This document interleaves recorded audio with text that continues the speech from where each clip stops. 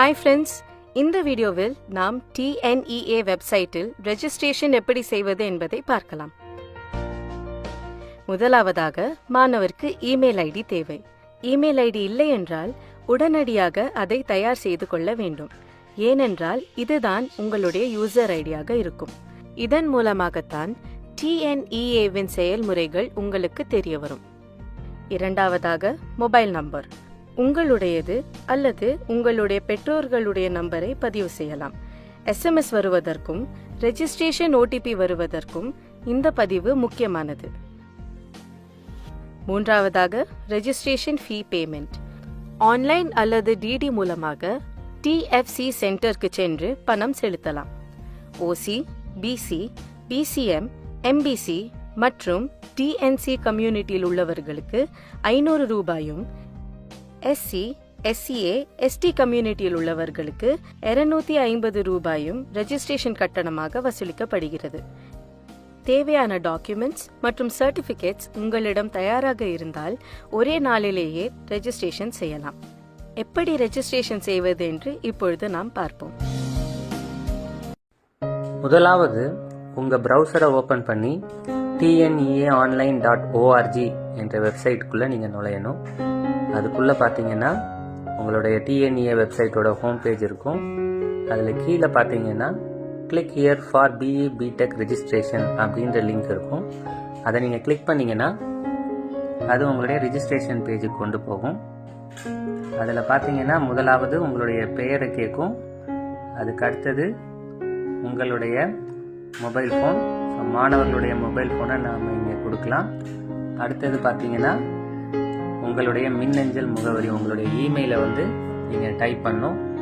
உங்கள் இமெயில் தான் உங்களுடைய யூசர் நேம், அதனால் இரண்டாவது முறையும் அதை நீங்கள் டைப் பண்ண வேண்டியது இருக்கும்.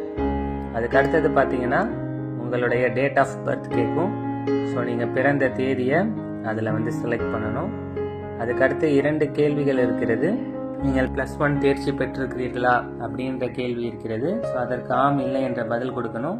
+2 என்ன கல்வியின் கீழே படிச்சீங்கன்றதை நீங்கள் தேர்வு செய்யணும். ஒருவேளை ஸ்டேட் போர்டாக இருக்கலாம், இல்லை CBSE இருக்கலாம், இல்லை ICSE, இல்லைன்னா அதர்ஸாக இருக்கலாம். ஸோ அதை நீங்கள் தெரிந்து கொள்ளணும். அதுக்கப்புறம் உங்களுடைய பாஸ்வேர்ட் நீங்கள் கிரியேட் பண்ணணும். ஸோ பாஸ்வேர்டுக்கு பார்த்தீங்கன்னா ஒரு ஆல்பபெட், ஒரு ஸ்பெஷல் கேரக்டர், ஒரு நம்பர் கட்டாயம் இருக்கணும். மினிமம் 6 கேரக்டர்ஸ் இருக்கணும். இதை வச்சு நீங்கள் உங்களுடைய பாஸ்வேர்டை கிரியேட் பண்ணணும். அதை கிரியேட் பண்ணிட்டீங்கன்னா அடுத்து கன்ஃபார்ம் பாஸ்வேர்ட் கொடுத்து சேவ் கொடுத்தீங்கன்னா எல்லா டீட்டெயில்ஸும் கரெக்டாக எழுதியிருக்கிறீங்களான்னு கேட்கும். அது எழுதியிருந்தீங்கன்னா நீங்கள் எஸ் கொடுத்தீங்கன்னா அடுத்த பேஜுக்கு போகும். ஒருவேளை எதையாவது மாற்ற வேண்டும் அப்படின்னு நினச்சிங்கன்னா எல்லா தகவல்களும் சரியாக இருக்கும் பட்சத்தில் எஸ் கொடுத்தீங்கன்னா உங்களுடைய ஃபோன் நம்பர் மற்றும் இமெயிலுக்கு ஒரு 6 இலக்க OTP வந்திருக்கும். அதை நீங்கள் என்டர் பண்ணி சப்மிட் கொடுத்தீங்கன்னா ரெஜிஸ்ட்ரேஷன் கம்ப்ளீட் ஆகி லாகின் பேஜுக்கு வரும். அதில் ரெஜிஸ்ட்ரேஷன் அப்போ கொடுத்த யூசர் நேம் பாஸ்வேர்ட் கொடுத்து லாகின் கொடுத்தீங்கன்னா உங்களுடைய ஹோம் பேஜுக்கு வரும். இதில் தான் உங்களுடைய டீட்டெயில்ஸை நீங்கள் என்டர் பண்ணணும். முதலாவதாக பர்சனல் இன்ஃபர்மேஷனை நீங்கள் என்டர் பண்ணணும். அதில் பார்த்தீங்கன்னா நேம், டேட் ஆஃப் பர்த் எல்லாம் லாக்டாக இருக்கும். ஏன்னா ரெஜிஸ்ட்ரேஷன் அப்போவே அந்த டீட்டெயில்ஸ் கொடுத்துருப்பீங்க. ஸோ முதல்ல உங்களுடைய ஆதார் நம்பரை நீங்கள் கொடுக்கணும். அது ஆப்ஷனலாக தான் இருக்குது. டேட் ஆஃப் பர்த் லாக்டில் இருக்குது.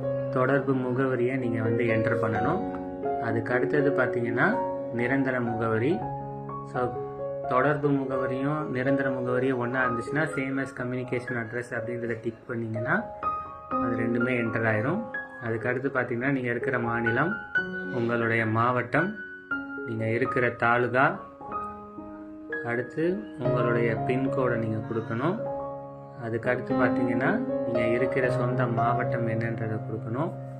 அதுக்கு அடுத்து பார்த்தீங்கன்னா நீங்கள் இருக்கிற இடத்தோடைய குடிமை நிறைய நீங்கள் செலக்ட் பண்ணணும். அடுத்து உங்களுடைய ஜெண்டர், அடுத்து உங்களுடைய தாய்மொழி என்ன என்பதை நீங்கள் தெரிவு செய்யணும். அடுத்து உங்களுடைய குடியுரிமை இந்தியரா, ஸ்ரீலங்கன் ரெஃப்யூஜியான்றதை நீங்கள் செலக்ட் பண்ணணும். பார்த்தீங்கன்னா உங்களுடைய நேட்டிவிட்டி தமிழகத்தை சேர்ந்தவரா இல்லை பிற மாநிலத்தை சேர்ந்தவரான்றதை நீங்கள் கொடுக்கணும். அதுக்கு அடுத்து பார்த்தீங்கன்னா உங்களுடைய மதத்தை நீங்கள் தெரிவு செய்யணும். அதுக்கு அடுத்து நீங்கள் என்ன கம்யூனிட்டியை சேர்ந்தீங்க, OC, BC, MBC, DNC அந்த மாதிரி இதை செலக்ட் பண்ணணும். அதுக்கு அடுத்தது பார்த்தீங்கன்னா உங்களுடைய கேஸ்ட் என்னன்றதை நீங்கள் தெரிவு செய்யணும். அதை தொடர்ந்து உங்களுடைய ஜாதி சான்றிதழ் எண்ணை நீங்கள் ஃபில் பண்ணணும். உங்களுடைய தந்தையின் பெயர் மற்றும் தாயின் பெயரை வந்து இன்புட்டாக கொடுக்கணும். உங்களுடைய பேரண்ட்ஸ் இல்லைன்னா கார்டியனோட செல்ஃபோன் நம்பரை வந்து நீங்கள் கொடுக்கணும். ஸோ எல்லாத்தையும் கொடுத்துட்டிங்கன்னா சரியாக இருக்கும் பட்சத்தில் சேவ் அண்ட் கண்டினியூன்னு கொடுத்தீங்கன்னா அடுத்த தகவலுக்கான பக்கத்துக்கு போகும். அது என்னென்னா சிறப்பு ஒதுக்கீடு தகவல். ஒருவேளை நீங்கள் ஸ்போர்ட்ஸில் சிறந்த விளையாடுறவங்களா இருந்தீங்கன்னா அதுக்கான இடஒதுக்கீடின் படி நீங்கள் அப்ளை பண்ணுறதுக்கு முயற்சி பண்ணலாம். அதே மாதிரி முன்னாள் இராணுவ வீரர் உடைய பிள்ளைங்களாக இருந்தீங்கன்னா அதுக்கான ஸ்பெஷல் ரிசர்வேஷன் படி கேட்கணுன்னா கொடுக்கலாம். அதே போல் டிஃப்ரெண்ட்லி ஏபிளாக இருந்தீங்கன்னா அதுக்கானதை கொடுக்கலாம். ஸோ டிஃப்ரெண்ட்லி ஏபிள் கொடுத்தீங்கன்னா அதுக்கான டீட்டெயில்ஸ் வந்து கேட்கும். கடைசியாக பார்த்தீங்கன்னா டிஎஃப்சி சென்டர் கேட்கும். ஸோ தமிழகத்தில் உள்ள சேவை மையங்களில் நீங்கள் எங்கே வேணுமோ அதை நீங்கள் வந்து செலக்ட் பண்ணிக்கலாம். ஒருவேளை நீங்கள் வந்து ஸ்போர்ட்ஸ் கோட்டாவில் செலக்ட் பண்ணுறீங்கன்னா டிஃபால்ட்டாகவே உங்களுக்கு சென்னையில் உள்ள கல்லூரியில் தான் உங்களுக்கு சான்றிதழ் சரிபார்ப்பு நடக்கும். ஸோ எல்லா இன்ஃபர்மேஷன் கொடுத்துட்டிங்கன்னா நீங்கள் சேவ் அண்ட் கண்டினியூன்னு அடுத்த பக்கத்துக்கு போகலாம். ஸோ அடுத்த பக்கம் பார்த்தீங்கன்னா ஸ்காலர்ஷிப் இன்ஃபர்மேஷன். ஸோ உதவித்தொகை சம்பந்தமாக சில கேள்விகள் கேட்பாங்க. முதலாவது உங்கள் பெற்றோரின் தொழில் என்ன என்றதை நீங்கள் செலக்ட் பண்ணணும். அதுக்கடுத்து ஆண்டு வருமானத்தை நீங்கள் செலக்ட் பண்ணணும்.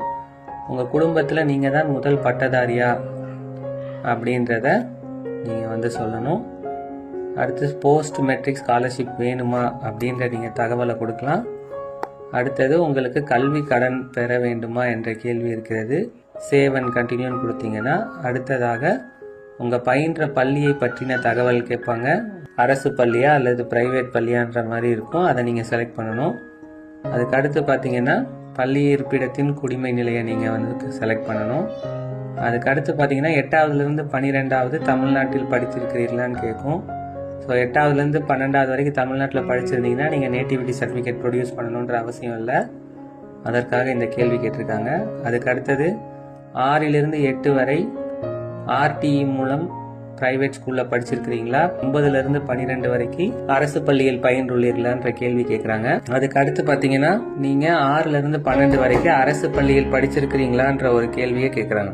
3 கேள்விகளுக்கும் எஸ் ஆர் நோன்னு நீங்கள் பதில் கொடுத்துட்டீங்கன்னா அடுத்து நீங்கள் 6வதுலேருந்து 12வது வரைக்கும் எந்த பள்ளிக்கூடத்தில் படிச்சீங்கன்றத ஒவ்வொரு வருஷமாக நீங்கள் வந்து ஃபில் பண்ணணும். ஸோ முதலாவது நீங்கள் தேர்ச்சி பெற்ற ஆண்டு, எந்த 6th ஸ்டாண்டர்ட் எப்போ தேர்ச்சி பெற்றீங்கன்னு செலக்ட் பண்ணணும்.